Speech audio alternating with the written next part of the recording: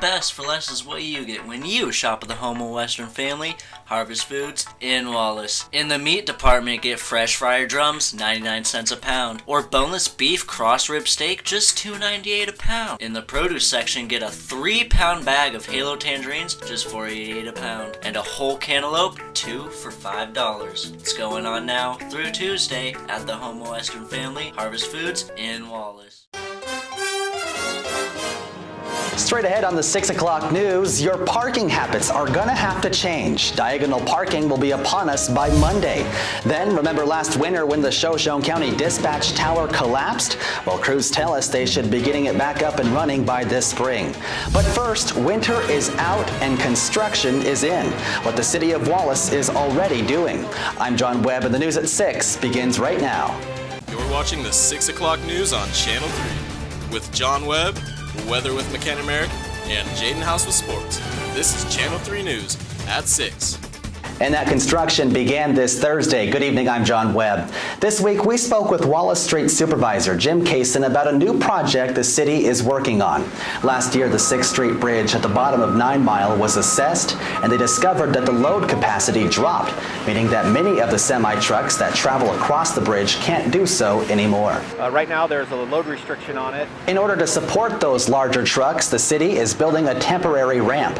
It'll be located in the middle of the current bridge and will be about 3 feet high. The size of the ramp is 16 foot wide, 50 feet long, with runoffs to allow the heavy trucks to have lowboys and stuff to travel over it. Traffic will be diverted around the ramp, causing some parking spots to be lost and the bike trail intersection to be moved.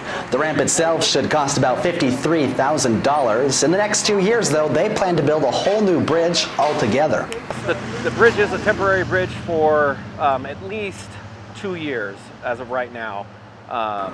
The process of designing a bridge, getting all the funding together, getting all of the government departments together, and getting all of the building instructions, getting all those things in place takes time.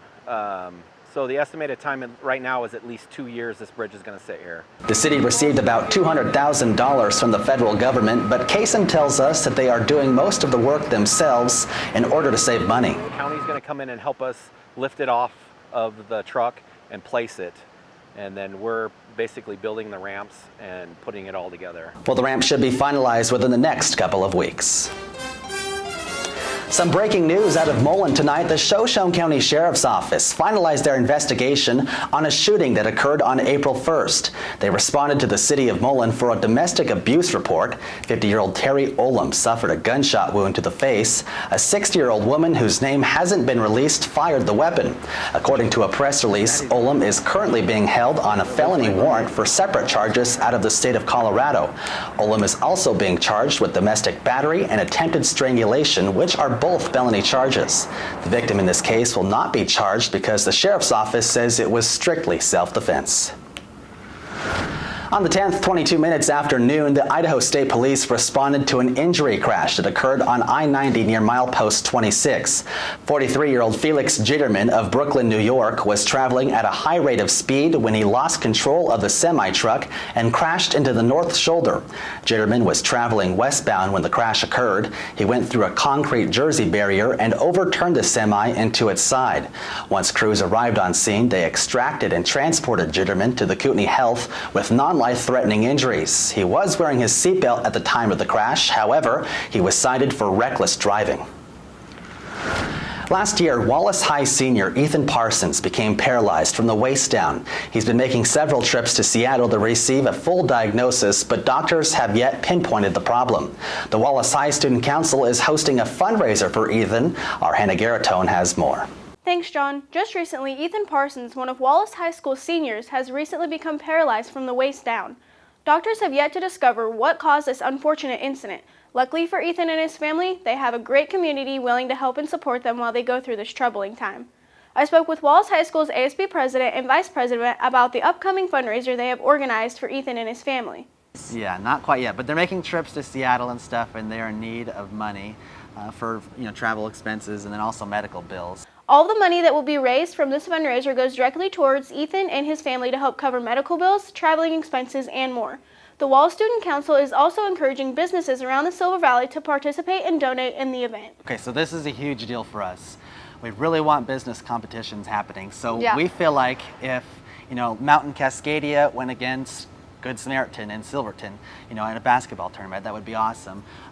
Also, they can make donations. They can buy a logo for the back of the t-shirts. There'll be champion t-shirts. They could put together raffle baskets. Ethan and his family need all of the support they can get. Flyers have been hung around Wallace, Silverton, Osborne, and Mullan. Come out and support the Parsons family. If you would like more information about the event, please message the Wallace High School Student Council on Facebook. Reporting in the Channel 3 studio, I'm Hannah Garatone. Thanks, Hannah. Last winter, several Shoshone County Dispatch channels lost their signal. Crews later discovered that the tower that transmits those signals collapsed. The sheriff's office planned to fix the 60-foot tower last spring. However, that didn't happen. We reached out to the sheriff's office to see when they expect to have the tower back up, and Captain Grove sent us this statement. He said in part, quote, "The new tower installation has not started due to getting weathered out. So as spring comes upon us, we will get the groundwork going as soon as the weather permits." Now, according to the sheriff's office, all of their normal frequencies are running just fine. Ryan Rodriguez is in the Channel 3 studio with more on a fun event coming to Wallace every Tuesday and Thursday. Ryan? Thank you, John. Do you like to play with clay? Join Eureka's Salary Gallery of Art and Chocolate on Thursday afternoons and Tuesday mornings for their Clay and Play. There are 22 colors of clays you can choose from to sculpt with, and it's only $5 for every hour you're creating your own masterpiece. To make a reservation with them, call the gallery at 406-212-5936. Again, that's 406-212-5936. They have a lot of interesting things to do and a lot of art on display. Maybe you'll get yours on display. Thank you, Ryan. Beginning Monday, you're going to have to park diagonal in downtown Wallace. Last year, the city added 42 more parking spots to the downtown area. That's a huge number. And all summer long, most of those parking spots were taken up. It was a busy time last summer. During the winter months, you're asked to park parallel to leave more room for plows. Kaysen tells us that the drivers have been pretty adjustable to the different parking periods. About a month into winter, everybody's basically transferred over to the new parking, and it went really well this winter. Drivers will go back to parallel parking later this fall. Tonight we sent Makenna up to Dobson Pass for her weather field report. She's standing by with more. And Makenna, it's looking pretty rainy out there. Thanks, John. Today we're at the top of Dobson Pass, recommended by Denny Barnes on our Facebook page on where we should do my next weather report. The Doppler radar is showing lots of showers all over the region. Thick clouds are also scattering. The 7-day forecast is showing lots of amounts of rain this week, Friday having a 30% chance and Monday with a 50% chance. If you have any recommendations on where I should do my next weather report, message us on Facebook. Back to you, John. Makenna, thank you. Early Saturday morning, Shoshone County Fire District Number 2 responded to Grubbage Road in Pinehurst for a structure fire. The call came in at 1:56 a.m. Once crews arrived on scene, they discovered a single wide trailer fully engulfed and spreading to a second nearby trailer. According to Fire 2, it was quickly handled before suppression on the main fire started.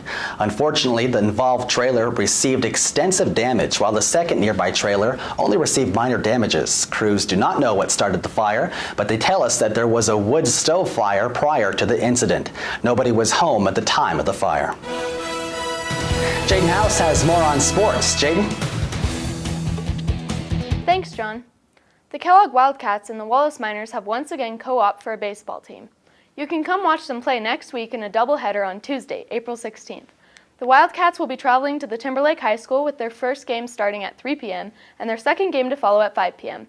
They have another doubleheader on Friday, April 19th at the Bonners Ferry High School against the Bonners Ferry Badgers. The games are once again scheduled for 3 p.m. and 5 p.m. That's all we have for sports tonight. Tune in next week for more on this co-op baseball team. Reporting in the Channel 3 Sports Studio, I'm Jaden House.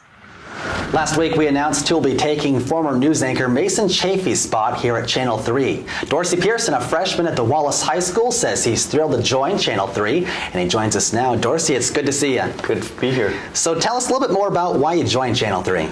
Well, I've always been interested in a field where I can express what is going on.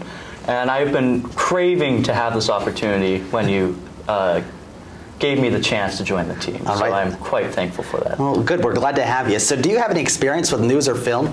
I do not. However, my father was an editor at multiple newspapers All right. prior to his current job. So what are you most excited about to join Channel 3? I am most excited to truly get out there and show people what is great about our communities and to show that quite a lot is happening and to spread the news fairly and wonderfully. All right. Well, it's good to have you on the team, Dorsey. I'm excited to see where you go. You can catch Dorsey's first broadcast on April 26th. In state news, Idaho Governor Brad Little on Tuesday signed a bill approving Medicaid expansion for about 90,000 low-income residents that adds work requirements and other requirements to a voter-approved measure. The law provides Medicaid to people earning up to 138% of the federal poverty level. The current poverty level is $12,500 annually for one person, or about $26,000 for a family of four. The bill also requires a federal waiver to let people stay on the state health insurance exchange rather than going on Medicaid. It's a move backers say could save the state millions of dollars. However, that's not clear if the federal government will approve the waivers. Idaho joins Utah, another politically conservative state, in adding recipient requirements. Utah passed sweeping changes to a voter-approved Medicaid expansion earlier this week, cutting the number of people covered nearly in half and adding work requirements. An earthquake that struck Tuesday in a rural area near the Idaho-Montana border was felt as far away as Helena and was followed by multiple aftershocks, but no damage was immediately reported. The main quake struck just after noon Tuesday, 4 miles northeast of Lima, Montana. It had a magnitude of 4.4 and it was about 6 miles deep. Small earthquakes are common along the belt and are only occasionally large enough to fill. The last major quake to strike along the belt was a magnitude 6.9 earthquake in central Idaho back in 1983. It sounds unbelievable, but doctors in Taiwan have removed 4 bees embedded in a woman's left eye. The 29-year-old patient went into Fuyin University Hospital last month because of severe pain in that eye.